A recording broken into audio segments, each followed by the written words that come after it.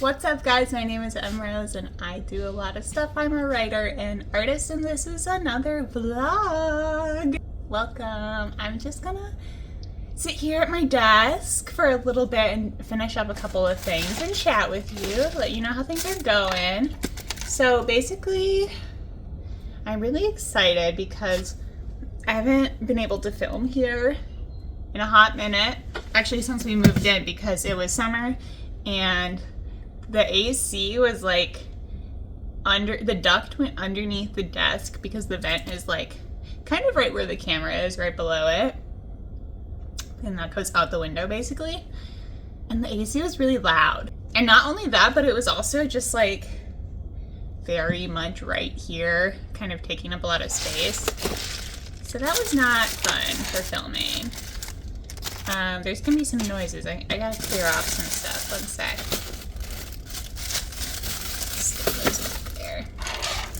So I have with me here these 3 punch needles I just did with like various weather, like storm radar designs on them.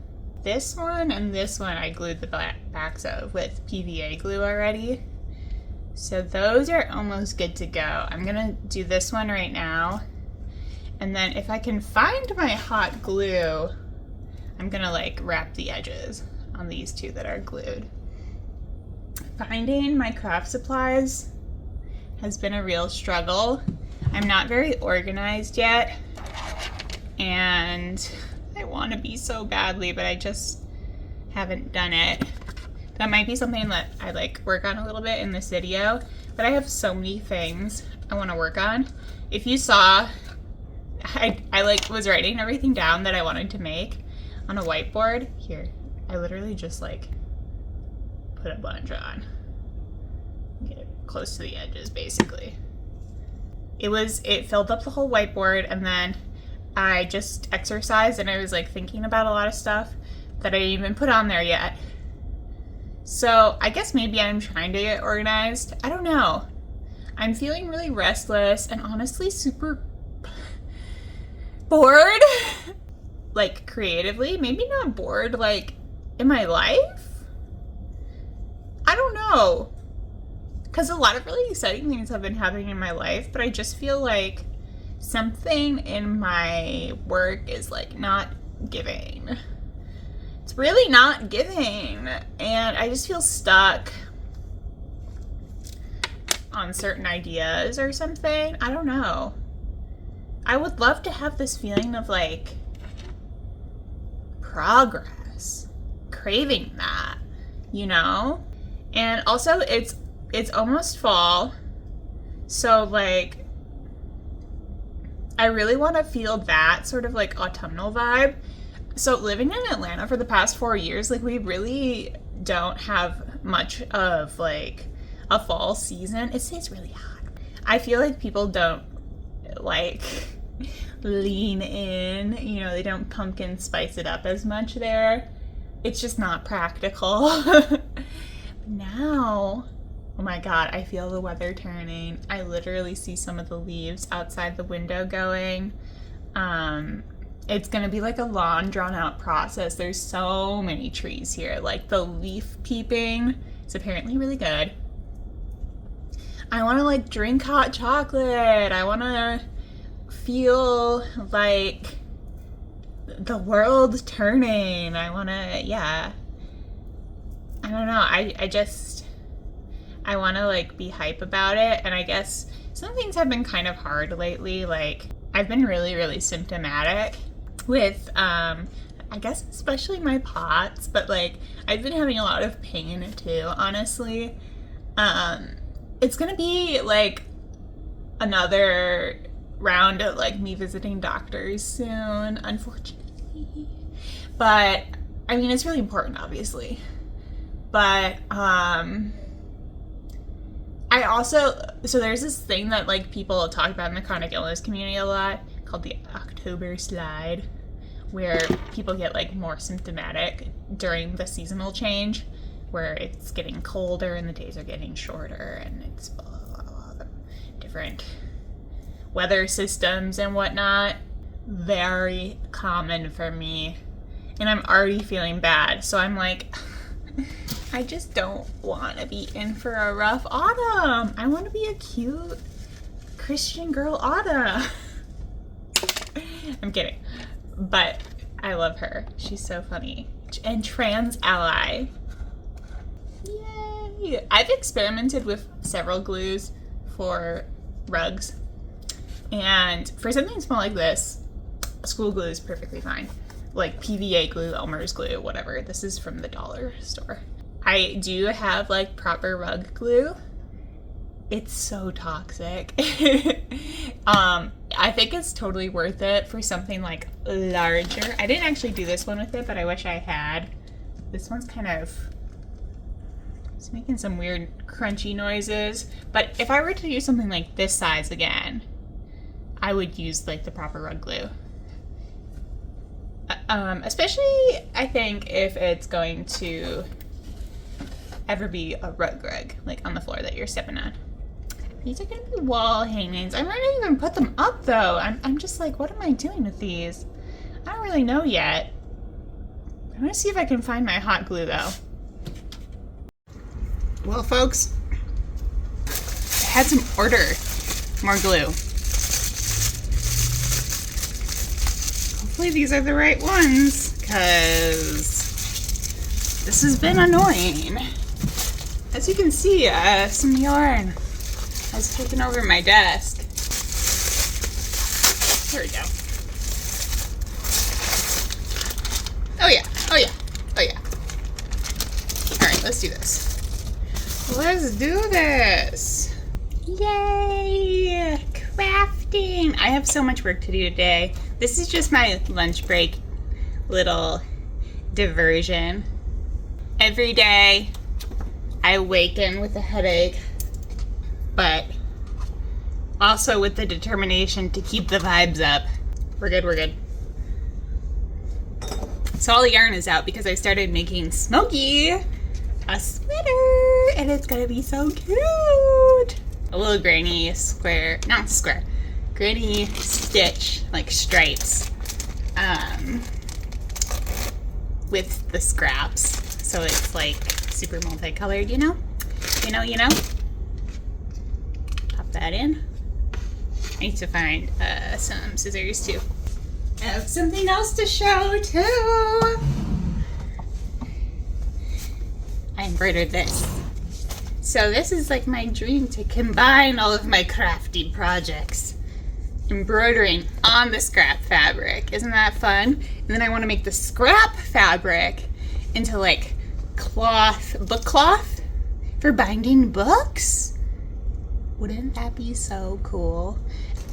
It even is like pretty flat back there. The back of the scrap fabric is like pretty bulky sometimes. Didn't cause me any trouble though, so I'm quite pleased with that. Yeah. I need some chaos in my life. Lily always tells me I'm like so meticulous about some things, and then when I'm crafting, I'm just like do, and I'll spend hours on things and just not be very worried about them, even though I've invested so much time in it. And that's just how I am. I can't really describe it, but there's something very freeing in the moment. All right, I'm gonna futz around with this a little bit. So this is like an insanely messy process because the monk's cloth, the white backing stuff you see here, like frays a ton. The glue is pretty messy. Like the glue strings are everywhere. But look at these. Ooh. Hold on, I'm doing some trimming. Hold on. Okay. How do I hold all three of them the best? Yeah. Pretty cool. So normally I would put a piece of felt over the back of this. I am really like not too worried about doing that for these because I think I'm just gonna nail them to the wall. They're really sturdy already. They're quite dense. If I were going to have them off the wall for a while, I would put a backing on them so that they don't get bothered, messed around, but just gonna hang them up. Yeah. Crafting's over, I guess. That was like 20 minutes. It felt like it took a long time. And look how messy my pants are.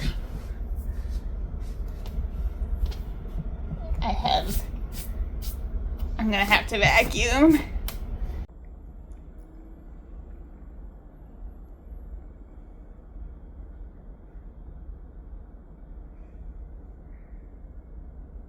Greetings vlog. Oops.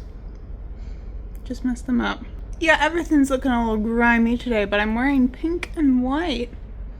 That's the theme of this outfit, so I'm hoping it kind of counteracts it. Especially wearing these, because I crocheted so much the other day that I've been having really bad hand problems.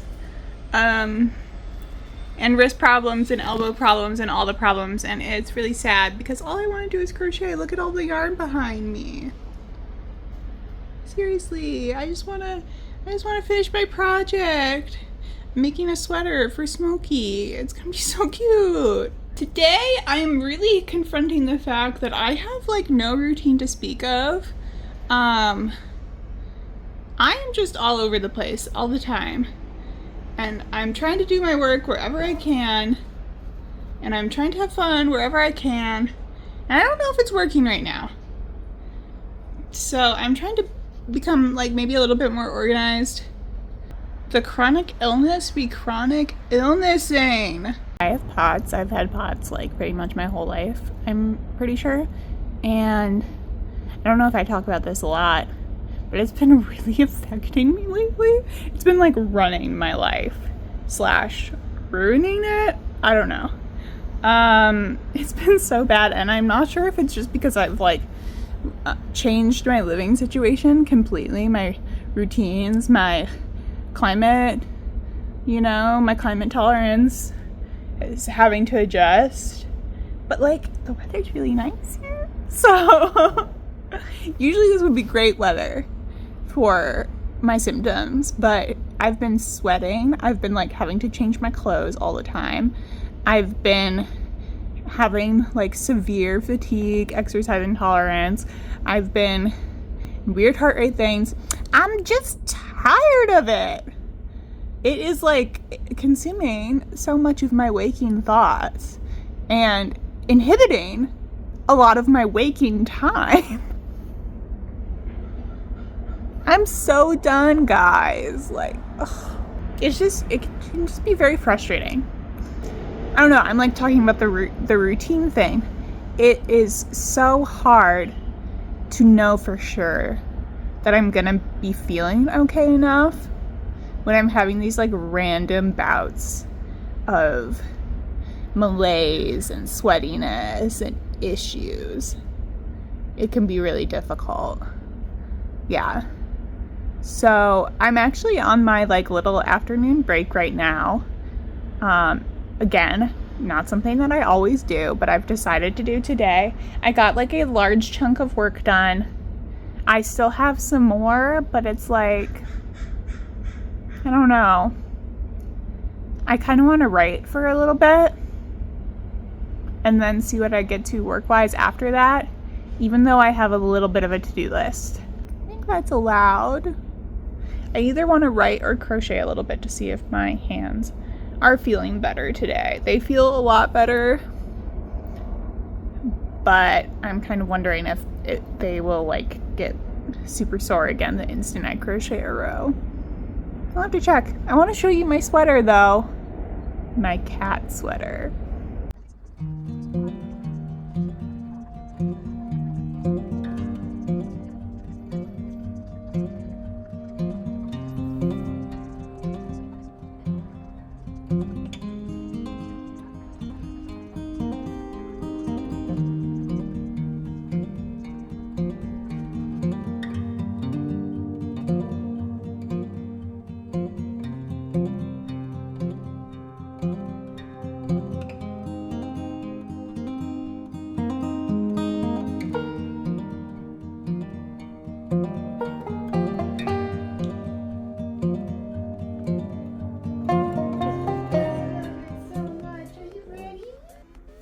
You know what's coming.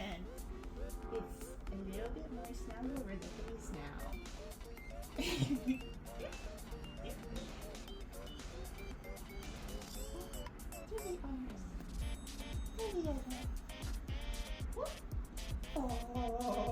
Oh, you're so handsome. Your first custom sweater.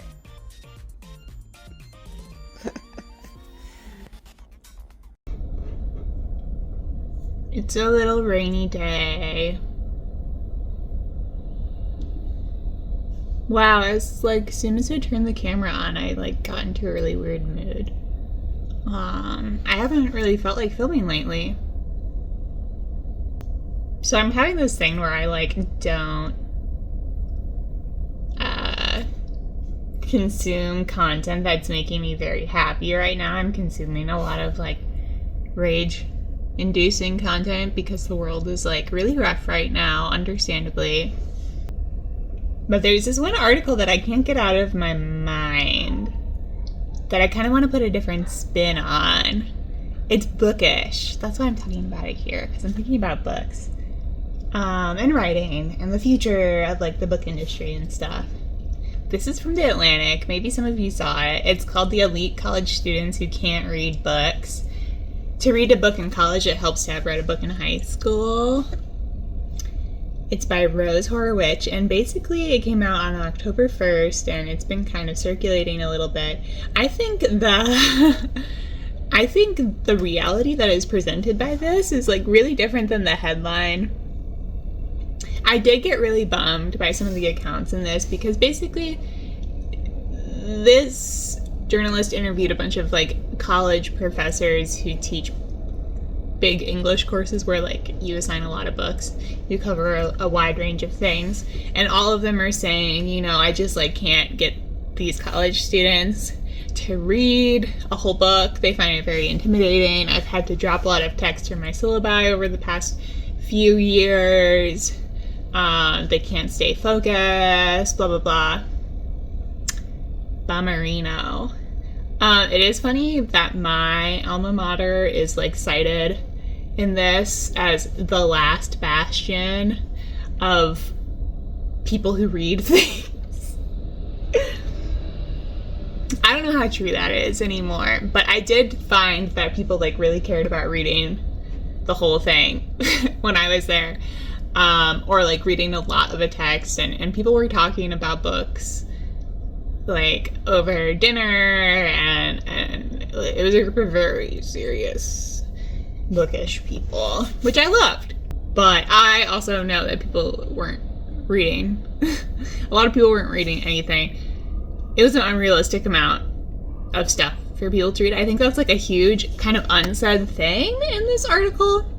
I strove to read like 60 to 75% of everything I was assigned. Like some of everything. I wouldn't just not read. I did not always hit that number because the way my life looked in college was probably really different than it has for some students where like I had 2 jobs. I had a lot of other obligations, you know? So I was not strictly focused on my studies. And I think we're finding a lot of students who like have to do that, whether for money or like for their career future.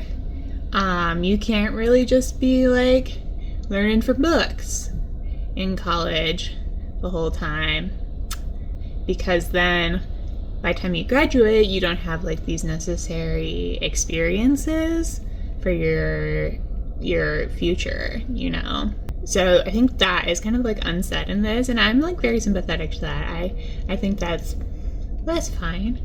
I think the other interesting thing about this, it points out this huge issue, but it like doesn't really problematize this. It points out that like in high schools and middle schools, kids appear to be encountering fewer and fewer books, and it's due to this like teaching to the test, like Common Core mentality, where in like writing and reading tests, you typically read kind of a short excerpt and answer multiple choice questions about it. And so to prepare kids for those, teachers are spending less time with like entire long texts, because it's kind of a different skill to like be able to analyze different lengths of things, and sometimes those short little excerpts are like from more informational, like less fiction-y type things.